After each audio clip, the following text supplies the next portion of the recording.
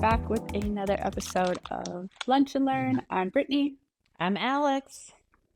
and we are back with, I think, another snack edition of Lunch and Learn. Alex, what do you Yeah. got over there? I'm still snacking on my chocolate covered macadamia nuts. I've got some chocolate crackers and an ostrom stick I haven't yet opened. Last episode was just too chatty, and so I'm still working away on this snack. What about you? Listen, I've got Skinny Pop popcorn. Again, not sponsored, but if they want to sponsor us, we'll take it. Yeah. Because I have a feeling this is about to get good. Oh. So you got your popcorn. You're going to sit Yes. back. And I love Yep. that it's an individual snack pack. Portion Yep. size control. Portion Smart. control. Practicing Tips what I and preach. hacks from Yes. an RD. Totally. We've got 8 carbs, 1 gram of protein, 4.5 grams of fat, 80 calories here, because we got a juicy episode. This is one that Oh. I'm excited to talk about, actually, because I wish we talked about this more. Mhm. Most people probably don't know this, but a lot of times I will help out covering our info app box with the company. And so we get lots of different correspondence that comes through there, but sometimes what will come through there is general questions, complaints about coaching chemistry. Oh. And sometimes if someone is unhappy with their coach, which of course happens every now and again, and someone's upset with their coach or isn't happy with the pairing that is made with their coach, we hear about it. And I want to read some of those questions here, and let's talk about it. Let's talk about coaching chemistry and how to do it. Yeah, I think So, this is actually a great topic. It's maybe a little, is taboo the right word? I don't know, like to talk about like whether you and your coach are actually jiving or what to do. Like I feel like this might be where a lot of people have questions, but might not be I might not have the confidence to ask it, or can I say this? The balls to ask it. So totally. I Yeah, think, like hey, let's do it. Like, let's do it. and let's be honest, like internet chemistry is hard. It's Oh, hard. Like, definitely. up until a little more than a year ago, all of our coaching was done via text. A lot of context can get lost there. We now have, thankfully, video coaching, and that helps, but still, even some of that can get lost. So let's dive in. Yeah, let's do it. These are real live questions, so I'll ask them. Okay. You're not on the spot to answer all of them. Will answer some as well. We can bounce back and forth. Hopefully, it's a good conversation here. All right. Yeah. I just had my weekly check-in, and my nutrition coach said a few things that really pissed me off. What should I do? Oh, dang. Okay. So honestly, as a nutrition coach, I sometimes feel like I say things that might piss off my clients. And the reason for that is not because it's out of spite. I'm not trying to be a sassy person. I'm not trying to rain on your parade. The reason for that is because you're paying me. You hired me. You reached out to me. You asked me to help you get out of your way and reach a certain goal. And sometimes we like to get in our way. We like to tie emotion into things. We think that we need something.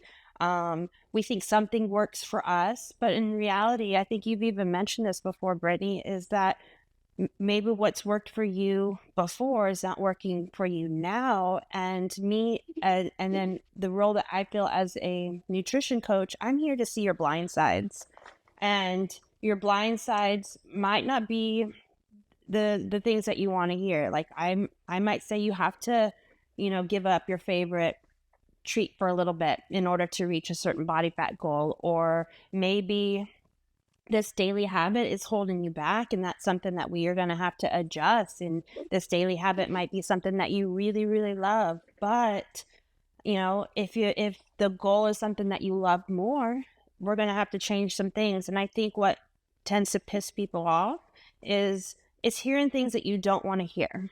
But yet sometimes we got to hear those things we don't want to hear in order to reach goals. Um I've had a nutrition coach for many years now. Um, and there's times where I personally think I need something, but my nutrition coach comes back and says, no, this is actually what you need. And at first it's like, man, that really makes me upset, or that kind of made me mad. But then I let it sit. I kind of think about it and I'm like, actually, no, he's smart. He knows what he's doing. I'm asking his help for a reason. So I'm going to put my trust in him and give it a go, even though it might have pissed me off at the beginning. And then just because food, bodies, things like that is so emotional that, we tend to get emotional. But yeah, it happens. I don't know. What do Yeah, you think? I believe, and I will stand on this hill. Um, Good coaching is going to piss you off sometimes. Yeah. And that's not just nutrition coaching, that is sports coaching, that's life coaching, that is all types of coaching. Good coaching is going to make you angry at times because good coaching is going to force you to feel things. It's going to force you to be uncomfortable. Uh, Now, it, there is, of course, a delivery method that needs to be um, considered. All of us learn in different ways. You need to be able to read the room. Each client prefers to be taught in a different way. There are some mm-hmm. clients that need a softer approach. There's some clients that prefer a harder approach. Um, you know, and a coach needs to recognize that there is a time to push. There's a time to pull. There's of course all of those things to be considered. Um, if all of those conditions are met and matched, and the client is getting upset and all of those conditions are appropriate, then nothing is wrong here. Good coaching should make you uncomfortable because you're being pushed beyond your limits. And that's how we grow. Yeah. Um, yeah, pressure is a privilege, right? Oh, Um, yeah. so, and when you read a comment like my coach said something that really, or my coach did something that pissed me off, my first instinct is, all right, good. What happened? But then, Mm-hmm. my due diligence and my team's due diligence is to go back and look at the correspondence and see what happened. Um, I want to make sure for quality assurance, and we do this for WAG, is like, the client is our responsibility. I want to make sure that what's happening here at Working Against Gravity is, up to snuff and that we're doing the right thing, of course. So every Mm-hmm. complaint is looked into. But more often than not, it's that, okay, we just want to make sure that everything's all right here. But good coaching is supposed to make you uncomfortable. Um, Yeah. yeah. And I like what you said that um the delivery has to be right. And and from not, speaking from now as a client perspective, I don't think it's totally okay for you to come back to your coach and say, "Hey, I hear you. I hear what you said, but I didn't like the way that you said it to me." And Hmm. as an adult, I think we could like could you approach this a little bit differently next time? Like, I think I've had a client like this. I was pushing him to make some changes that he asked me to push him towards making. And I was trying to hold him accountable during the season of his life where he was going through some really hard times. It was right around the holidays. He recently had lost his sisters, so it was like kind of this new time, and he was leaning on some former habits that he wanted to change. And so I was trying to hold him accountable, like, hey, let's not fall into these habits. And he actually canceled. And after I had that correspondence with him, and so I messaged him. I was like, "Hey, was it something that I said? Like, it was something I upsetted you? Did I upset you over something?" And he actually said, "Yeah. I understand that you were trying to hold me accountable to my goals, but the way that you push me right now isn't right." And I'm upset by that. And so I messaged him back and we had this nice long conversation, and we actually came to a place where I knew how to better respond to him. And so then he uncanceled and he Mm, yeah, and so then he was like, "Yeah, let's try to continue this." So it was just a total misunderstanding. yeah, And just the fact that we had an adult conversation and we're just like, "Hey, that didn't really jive with me well. Like, I know that what you're trying to do was in your best interest, but I don't like how you're talking to me right now. Can we do it in a different way?" And I was like, absolutely. There's not one coaching style right here. I can mold, I can adjust, we can do something, we can focus on something different right now. And we continued our coaching relationship for a few more months from there. And, we were getting through some different things. So all to say is if you get pissed off, don't be scared to say, "Hey, you pissed me off." Coaches have thick yeah, skin. Thick skin. So, yeah, be open. yeah. And we don't know what we don't know. That's Yeah. something that, I have often struggled with over the years is, I'm not there with you every day going through life. So I'm operating, trying to help you reach your goals with only the information you give me.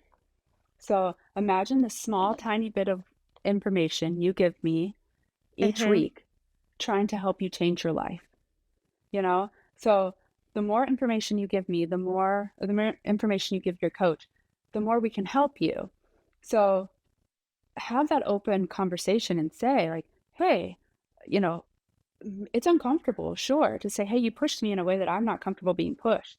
But backing out of the room slowly, that's not helping you grow. And that's certainly not helping your coach be able to help you in a more constructive way. So, yeah, what a great conversation for both of you to be able to have. And you're a better coach for it, Oh, certainly. 100%. I love learning from my clients. Like when they tell me I did something wrong, I love it because I'm not perfect. Yes, I am a coach, but if I can learn from you and do my craft better, that just makes me better. So help me Yeah, help you. yeah, I love it. Um, so here's another one. Okay. I don't feel like my coach and I are a great personality match. What should I do? Mm, this is a good one. So, and this can be kind of hard, especially through depending on how you're communicating with your coach. Like if it's in a text space, a lot of times personality, emotions, uh, just little things get lost in that text. I can't tell you how many times I read text and I'm like, this person sounds mad, but they could be behind the screen being like, yeah, yeah, yeah, this is a great time in my life, but they just sound angry. And so but being like the personality just isn't matching. It just could be because of that. So, being lost in tech. So, what you could possibly do is maybe ask for a video call. Say, hey, Hmm. I would actually like to speak with you in person. I just feel like this text thing is just things don't sound right. Could we maybe chat? I've had clients do that and they just wanted to hear my voice.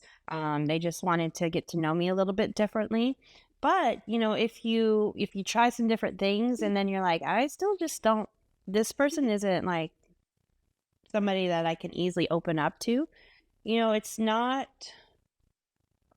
a bad thing to maybe try out a different coach.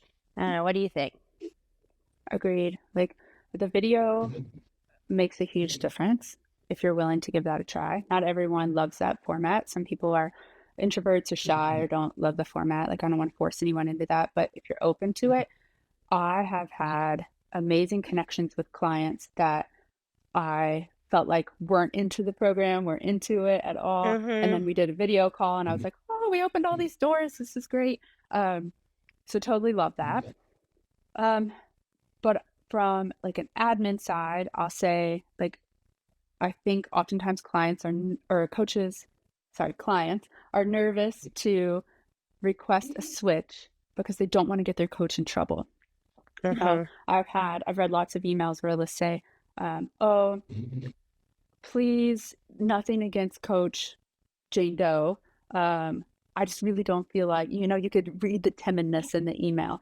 And it's like, listen, they're not going to get in trouble. That's what I want to say. Like, I want the best for the client. Um, we have such an amazing group of people that work here. I know no one is saying you know, forget you, coach client Sally, you ate like crap, you suck Mhm. and send it off. I know that's not happening. So, I just want every client to know we do our best to match you together. Sometimes it's not a hit. I know that. I know as a coach, I'm not everyone's cup of tea. It's fine. If you're Mhm. matched with me and we don't work out together, let's get you to someone who you will work out with, So, if you start working with someone and it's like, okay, this isn't a hit, send us an email and let us know, and let's get you paired up with someone who it is going to be a hit with. That's the Yeah. ultimate goal here. Yeah. So Abs absolutely, let's switch it up. And that ties right into like another question we had. It said, I've been working with my coach for over a year, and I feel like I might need a new perspective. Like, oftentimes that is super beneficial, even if you love your coach.